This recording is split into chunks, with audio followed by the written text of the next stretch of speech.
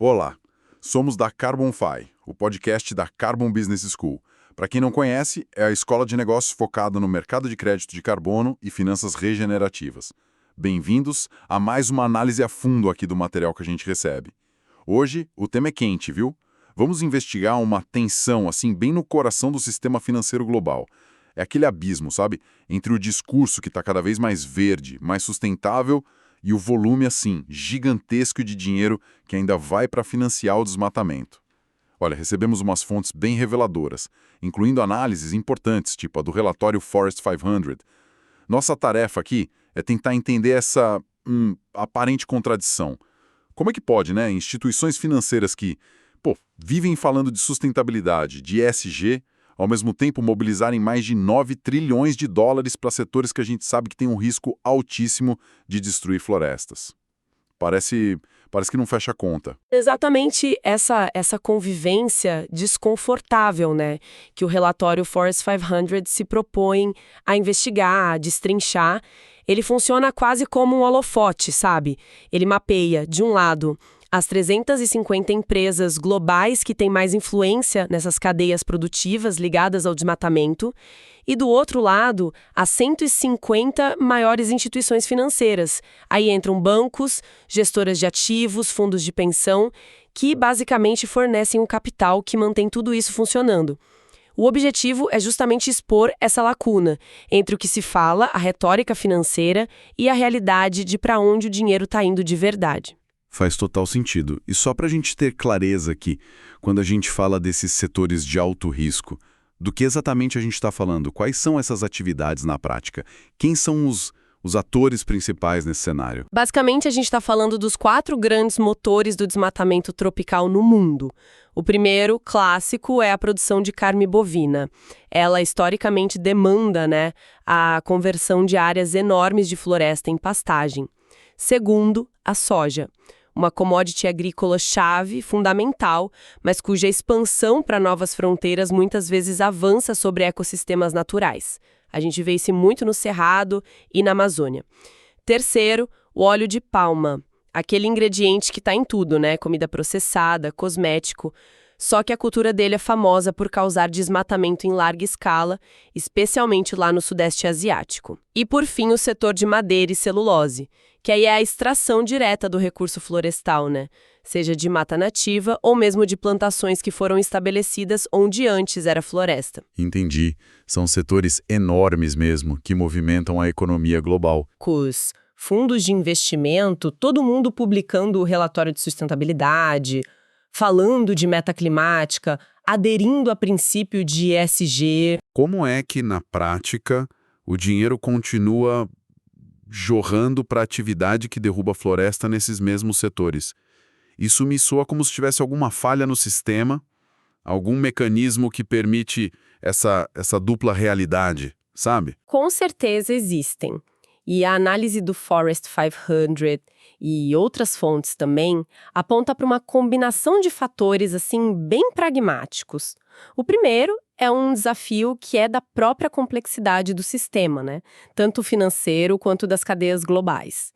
É a dificuldade extrema de rastrear o destino final do dinheiro. Imagina só, um bancão global dá um empréstimo corporativo, centenas de milhões de dólares para uma multinacional do agronegócio. Esse dinheiro entra no caixa geral da empresa. Para o banco, conseguir verificar se nenhuma partezinha desses fundos vai ser usada direta ou indiretamente para financiar, por exemplo, a compra de grãos de uma fazenda que desmatou ilegalmente lá na Amazônia, ou para expandir um frigorífico que a gente sabe que compra gado de área embargada. Nossa, é uma tarefa monumental. As cadeias são muito longas, fragmentadas, tem um monte de intermediário em vários países.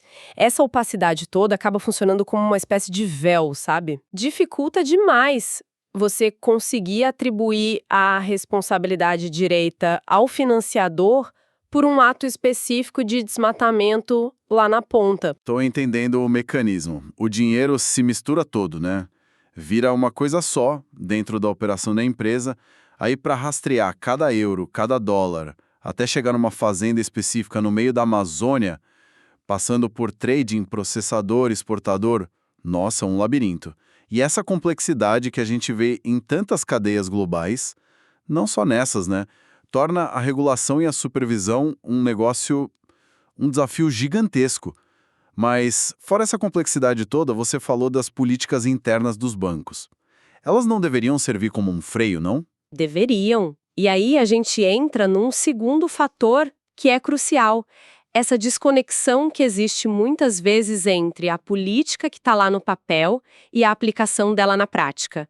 Ou então a existência de brechas mesmo, deliberadas ou não. Muitas instituições financeiras desenvolveram, sim, políticas socioambientais. Elas publicam documentos bonitos, dizendo que não financiam desmatamento, estabelecem critérios, fazem lista de exclusão. Só que, né, o diabo mora nos detalhes. Uma política pode, por exemplo, ser super rigorosa para proibir o financiamento direto, aquele que a gente chama de project finance, para um projeto novo que está claramente ligado ao desmatamento, tipo abrir uma nova plantação em área de floresta virgem. Só que essa mesma política pode ser meio omissa, ou bem mais flexível, quando se trata do financiamento corporativo geral, aquele empréstimo para o caixa da empresa que a gente falou antes. A empresa pode usar esse dinheiro para capital de giro, para refinanciar a dívida, para qualquer coisa, inclusive para continuar comprando matéria-prima de fornecedor que desmata, sabe? Desde que não seja um projeto novo que foi diretamente financiado. Então é tipo dizer assim, olha, eu não vou te dar dinheiro especificamente para você comprar a motosserra nova para derrubar aquela área ali. Mas, tá aqui um cheque para suas operações gerais. Se você usar uma parte disso para manter as motosserras que você já tem funcionando e que desmatam em outras áreas, ou para comprar de quem desmata, bom, aí a minha política não cobre tão diretamente assim. É uma distinção que, na prática, permite que o dinheiro continue fluindo para empresas que têm práticas, digamos, problemáticas. Exatamente essa é a lógica que muitas vezes acaba prevalecendo.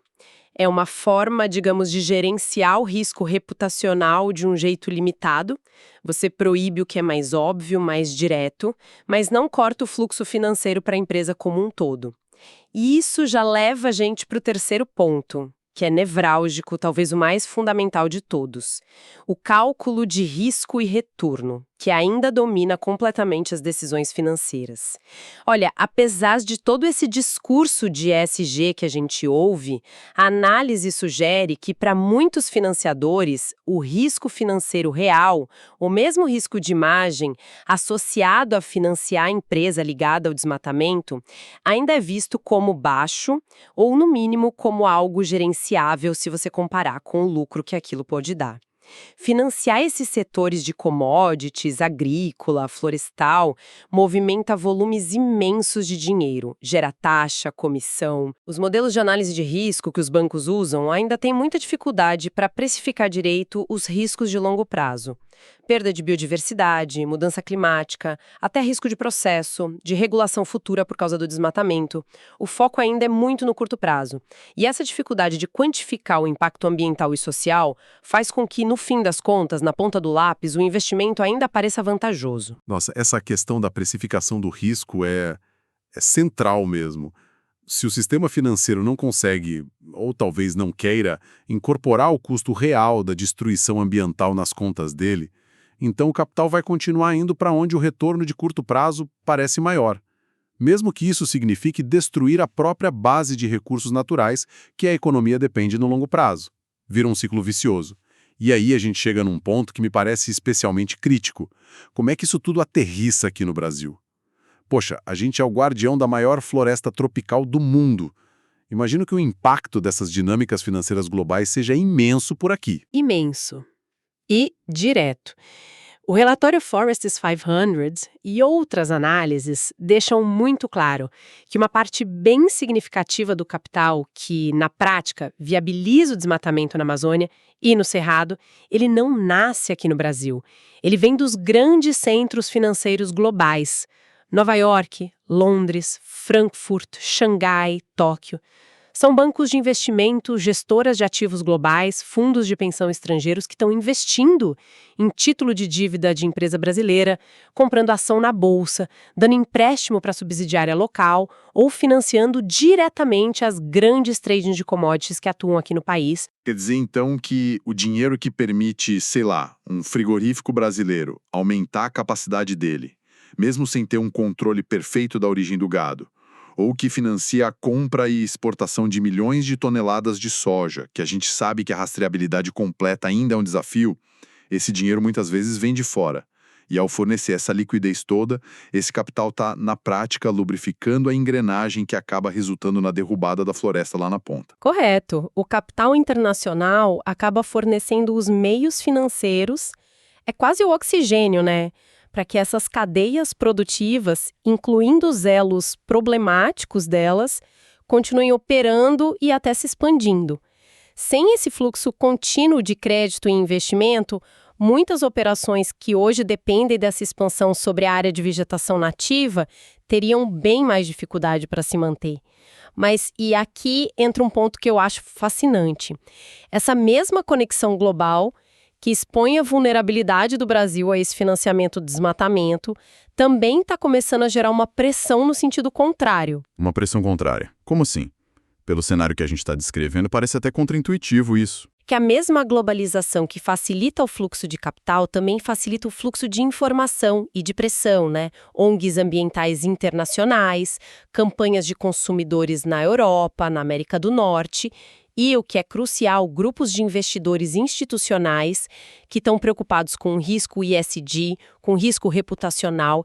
Eles estão aumentando o escrutínio sobre para onde está indo o dinheiro dos bancos e dos fundos que eles mesmos financiam. Tem uma pressão crescendo de várias frentes, regulatória, de mercado, da sociedade civil, para que as instituições financeiras limpem seus portfólios. Ah, entendi. A mesma rede que conecta o capital lá de fora com a floresta aqui dentro, também conecta a floresta com a consciência e a pressão desses stakeholders globais. E essa pressão toda cria uma oportunidade. É isso. Exatamente. Uma oportunidade bem significativa para as empresas brasileiras, sejam produtores rurais, cooperativas, indústrias, frigoríficos, que decidem se antecipar e investir seriamente em boas práticas. Aquelas empresas que conseguem não só implementar, mas também comprovar de forma transparente, auditável, que tem uma cadeia de suprimentos totalmente rastreável, livre de desmatamento, seja ele legal ou ilegal, importante dizer, e com boas práticas sociais. Elas ganham uma vantagem competitiva brutal nesse cenário que está se desenhando. Pensa na perspectiva de um grande fundo de pensão europeu. Ele está sendo pressionado pelos beneficiários dele a desinvestir de empresa ligada a desmatamento. Ou pensa num banco global que agora precisa cumprir novas regulações sobre divulgação de risco climático. Para eles, encontrar e financiar uma empresa brasileira que oferece garantias robustas de sustentabilidade, com dados que podem ser verificados, isso é ouro. Essa empresa vira um ativo seguro, um parceiro preferencial. Nossa, isso faz todo sentido. A transparência e a responsabilidade deixam de ser só discurso ou só um custo, né? Elas viram um diferencial estratégico mesmo para atrair capital, para acessar mercado. Essas empresas limpas, então, elas podem conseguir o quê na prática? Juros mais baixos, acesso ao mercado que paga mais. Sim, as duas coisas. Elas passam a ter acesso a linhas de crédito verdes, ou aquelas vinculadas à sustentabilidade que geralmente oferecem condições melhores, taxa de juro menor, prazo mais longo. Isso reduz o custo de capital delas, o que é ótimo, e além disso elas ganham acesso facilitado, às vezes até preferencial, a mercados consumidores mais exigentes. Pensa na União Europeia, que está implementando regulações como a Lei Antidesmatamento recente, que exigem comprovação de origem sustentável para um monte de produto. As empresas que já fizeram essa lição de casa saem muito na frente. Elas não só diminuem riscos, mas elas capturam valor. É uma perspectiva bem interessante mesmo. Mostra que, mesmo dentro de um quadro geral que é preocupante, essa pressão por mudança pode gerar incentivos positivos para quem se adapta. Então, se a gente tivesse que, destilar a mensagem principal de toda essa análise complexa que o Forest 500 e outras fontes trazem para a gente, qual seria? Olha, A mensagem central para mim é que a gente precisa urgentemente ampliar o foco da luta contra o desmatamento. As ações de comando e controle lá no campo, a fiscalização, o monitoramento por satélite, tudo isso é fundamental, é insubstituível, claro. Só que o relatório Forest 500 funciona como um mapa que mostra pra gente de forma inequívoca. A gente precisa seguir o dinheiro. A origem de grande parte do problema, e quem sabe da solução também, está nos fluxos financeiros globais. Portanto, a luta pela conservação de florestas como a Amazônia, o Cerrado, ela precisa ser travada também e talvez com uma intensidade cada vez maior nas salas de reunião dos bancos, nas assembleias de acionistas das grandes corporações, nos gabinetes dos reguladores financeiros lá em Nova York, Londres, Bruxelas, Pequim. Isso quer dizer exigir política de crédito e investimento muito mais robusta e sem aquelas brechas que a gente falou. Mecanismos de rastreabilidade e transparência que funcionem de verdade. E uma regulação financeira que finalmente coloque os custos ambientais e sociais do desmatamento dentro do cálculo de risco e retorno. E olha, a pressão da sociedade civil, dos consumidores, dos investidores conscientes, essa é a ferramenta mais poderosa que a gente tem para acelerar essa mudança. Quer dizer, a conclusão que não dá para escapar é que discurso, relatórios de sustentabilidade, tudo isso é importante, mas não basta.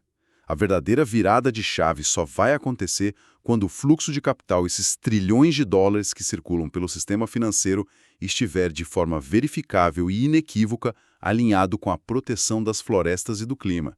O dinheiro precisa, de fato, ir para onde a boca diz que ele deveria ir e precisa parar de ir para onde claramente não deveria mais. Exploramos hoje essa relação tão intrincada e muitas vezes contraditória entre o capital global e o destino das nossas florestas. Vimos como, apesar das promessas verdes do ESG estarem em alta, quantias massivas de dinheiro ainda alimentam setores de alto risco de desmatamento. Muitas vezes isso acontece amparado pela complexidade das cadeias, por políticas financeiras que têm lacunas e por um cálculo de risco que ainda subestima os custos ambientais. Mas a gente viu também um caminho de esperança, né? Como essa pressão crescente por transparência, por responsabilidade, está criando oportunidades reais para empresas brasileiras que apostam na sustentabilidade de verdade, comprovada. O relatório Forest 500 deixa uma lição clara. Seguir o dinheiro é essencial para diagnosticar o problema e para construir as soluções. E a questão que fica ecoando, né? Talvez seja a questão de trilhões de dólares mesmo. Qual vai ser o gatilho?